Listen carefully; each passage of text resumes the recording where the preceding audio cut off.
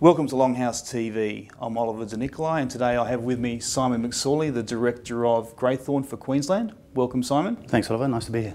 Great stuff. Simon, just to get started, tell me a bit about Greythorn in Australia. Sure. Greythorn are a specialist IT&T recruitment agency. We have offices Sydney, Melbourne, Canberra and Brisbane. And we specialise in those, I suppose, the more technical roles in technology. We're not a volume recruiter, we're a specialist recruiter, and customers use our expertise and our knowledge of the local markets to really find the very best quality people that they can. But based on the discussions that we're having with customers, it's still going to be a challenging year for recruitment as a whole. I don't think it's any surprise to anybody that most organisations have budgets and that sort of thing, and if they can reduce agency spend where possible, they probably would like to. What we're seeing though is that projects that are getting funded, if we talk about projects for a second, the projects that are getting funded are the ones that are mission critical or they're revenue generating. The must-have projects are the ones that are getting funded. The nice-to-have projects, like desktop rollouts and that sort of thing, are probably not getting the attention that they need at the moment. There's still plenty of passive and active job seekers in the market. I think what we're also seeing is from the job seekers, there's probably a lot more questions around viability of businesses as well. They're wanting to make sure that anyone that they're potentially interviewing with or potentially going to be employed by is a viable business, and they're not going to be going through financial challenges that could mean that a couple of months down the track their position's in jeopardy.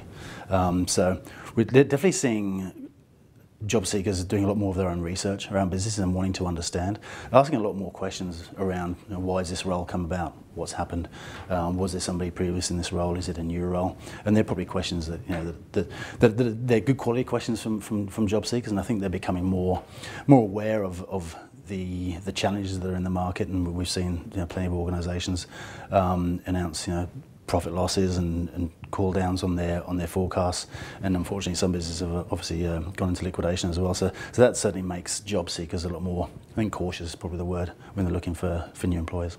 In the last 12 months, or even the last 3 months, what changes have you seen recently in the market?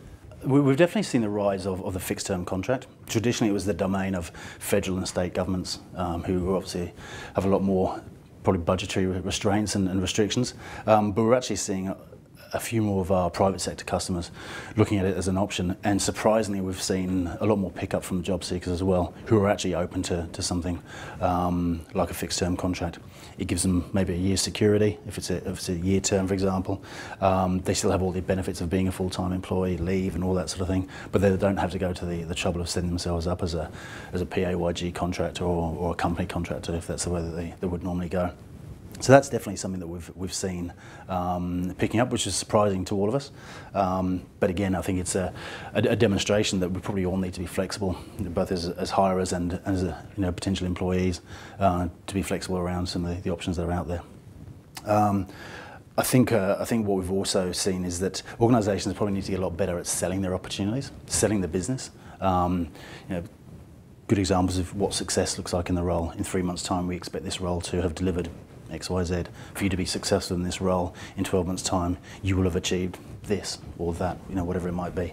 And that probably ties back into the comment earlier around job seekers being more cautious. So organisations need to be able to sell themselves both culturally, technically, where they're going for the next year.